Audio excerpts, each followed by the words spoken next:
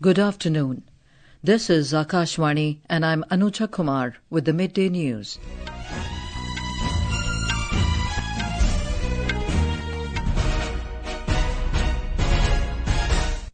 The headlines. Prime Minister Narendra Modi appeals to the world to find solutions not in war but in teachings of Lord Buddha and pave the way for peace. Senior BJP leader Nayab Singh takes oath as Chief Minister of Haryana for second consecutive term. Prime Minister to chair a conclave of Chief Ministers and Deputy Chief Ministers of NDA-ruled states in Chandigarh today. President Droupadi Murmu reaches Malawi in final leg of her week-long visit to 3 African nations to hold bilateral meetings with countries' top leadership and interact with Indian diaspora. India shooter Anantjeet Singh bags bronze medal in men's Skeet event of ISSF World Cup final in Delhi. And in Denmark Open Badminton, Sindhu to face China's Han Yue in pre-quarterfinals of women's singles in Odense this afternoon. And now the news in detail. Prime Minister Narendra Modi has stressed that the teachings of Lord Buddha are not only relevant but essential in today's world. Touching upon the growing global instability in the 21st century, the Prime Minister reiterated his message from the United Nations. Mr. Modi said India has not given the world war but Buddha. He emphasized that the world will find solutions in Lord Buddha and not war. He called upon the world to learn from Buddha, reject war and pave the way for peace.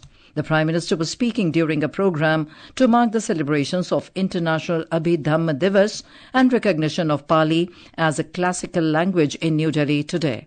मैं आज अभिधम्म पर्व पर पूरे विश्व का आह्वान करता हूं। बुद्ध से सीखिए, युद्ध को दूर करिए, शांति का पथ प्रशस्त करिए, क्योंकि बुद्ध कहते हैं नत्थी संति परम सुखम, अर्थात शांति से बड़ा कोई सुख नहीं है. Prime Minister Modi stressed that the cultural pillars like language, literature, art and spirituality shape a nation's identity. He said India has embarked on a transformative journey known as Amritkal, which will culminate in 2047. He said guided by the wisdom of Lord Buddha, the country's development roadmap will bring unprecedented and positive changes. Mr. Modi said the central government has given the status of classical language to the Pali language and it makes the celebration of Abhidhamma Divas historic this year. भगवान बुद्ध के अभिधम्म, उनकी वाणी, उनकी शिक्षाएं जिस पाली भाषा में ये विरासत विश्व को मिली है, इसी महीने भारत सरकार ने उसे शास्त्रीय भाषा का दर्जा दिया है. आज ये अवसर और भी खास हो जाता है.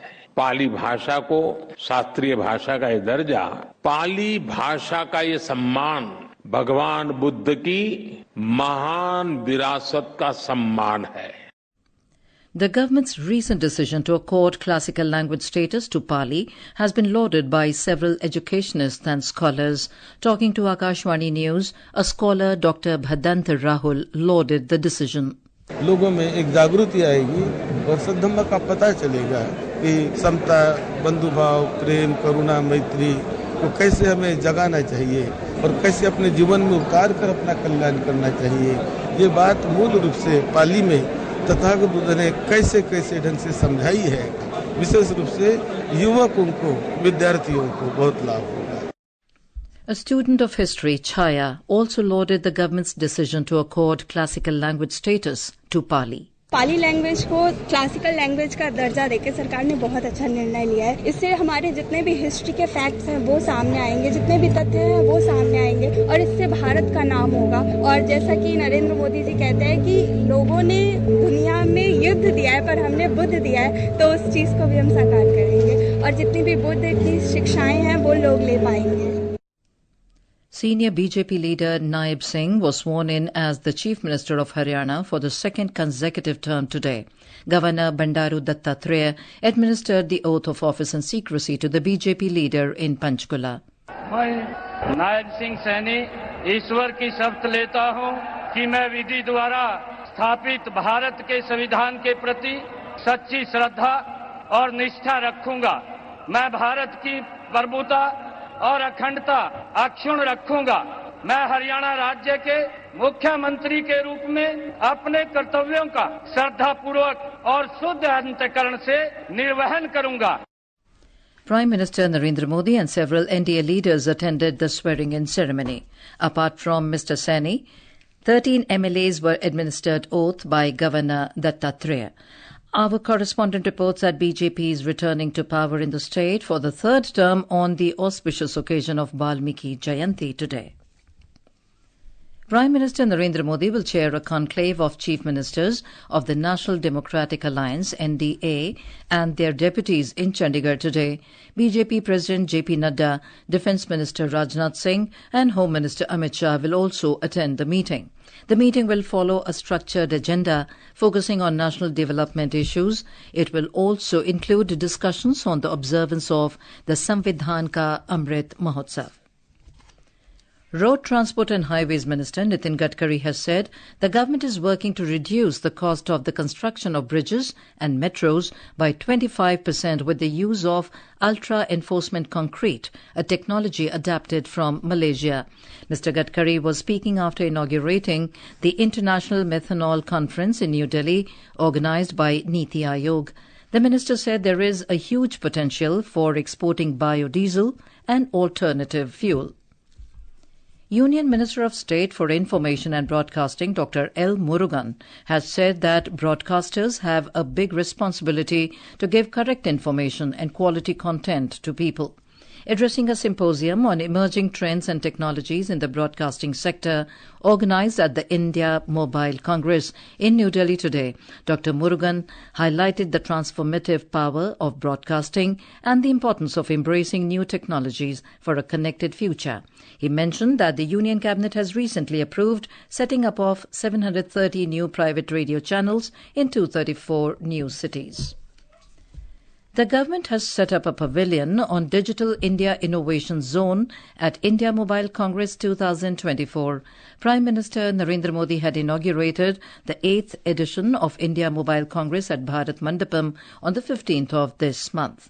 Speaking exclusively to Akashvani News, Director General of Society for Applied Microwave Electronics Engineering and Research, Dr. P. Hanumanth-Rao said they are displaying the first-of-a-kind terahertz wireless link developed in collaboration with IIT Madras, IIT Guwahati and IIT Patna for transmitting data over the air. The first project was handed over by Honorable Prime Minister in the year 2023. It's called Terahertz Testbed. It is led by Samir and with joint collaboration with IIT Madras, IIT Guwahati and IIT Patna. And today we are in a position to build a complete system of 270 gigahertz and transmitting data over the air. It's the first of its kind in the country. Only 2 or 3 people in the world have done this kind of a transmission over the air.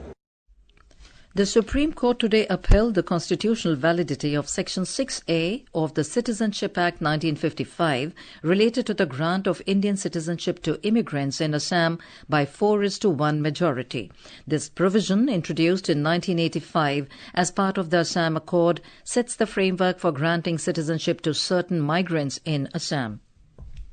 In Bihar, at least 24 people lost their lives and 15 others fell ill due to consumption of spurious liquor in Siwan and Saran districts.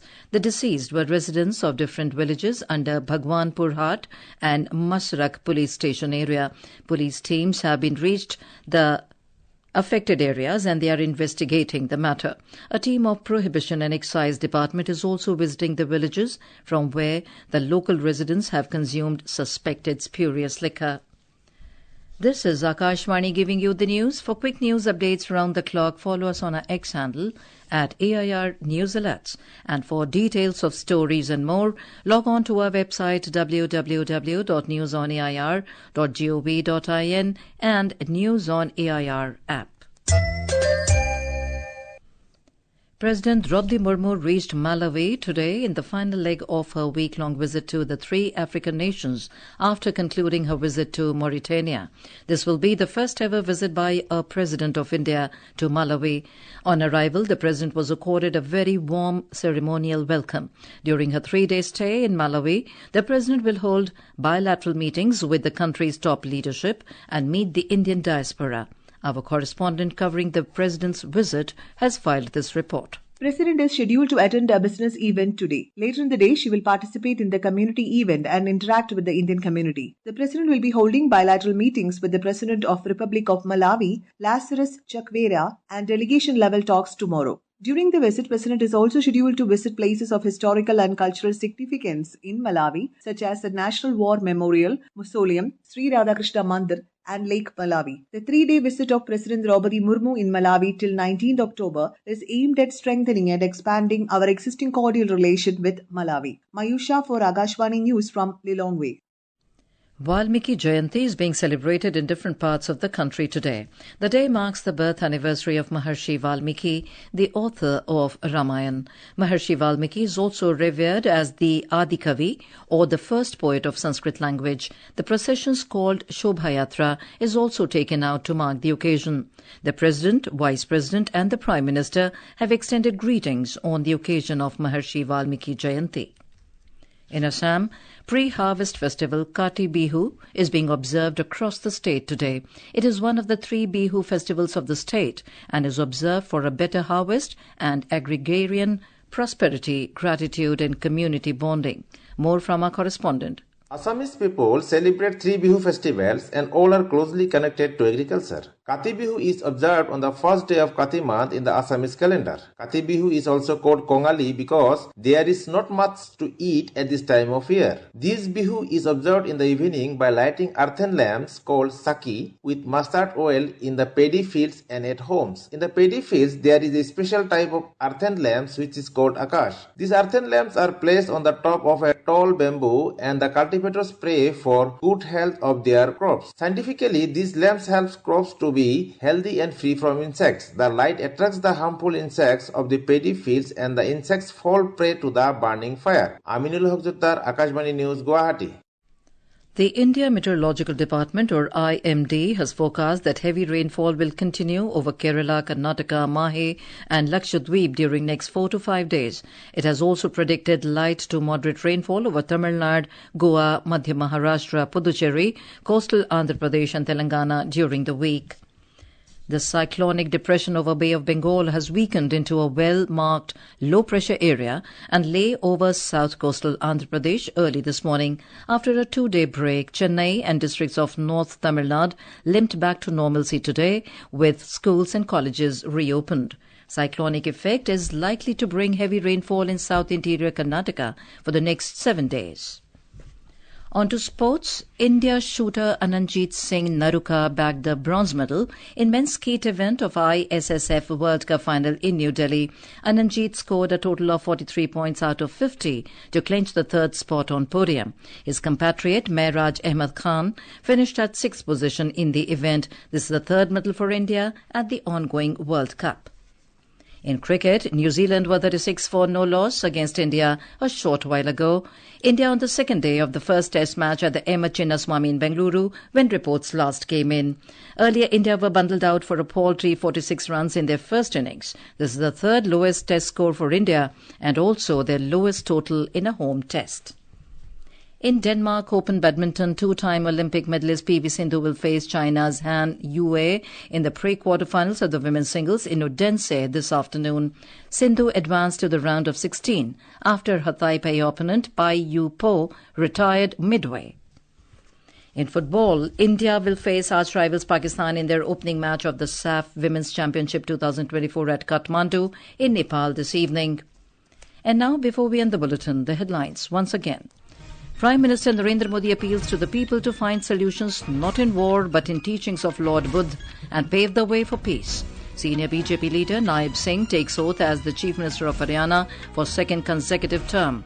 Prime Minister to chair a conclave of Chief Ministers and Deputy Chief Ministers of NDA-ruled states in Chandigarh today. President Droupadi Murmu reaches Malawi in final leg of her week-long visit to 3 African nations. India shooter Anantjeet Singh bags bronze medal in men's skeet event of ISSF World Cup final in Delhi. And with that, we end the midday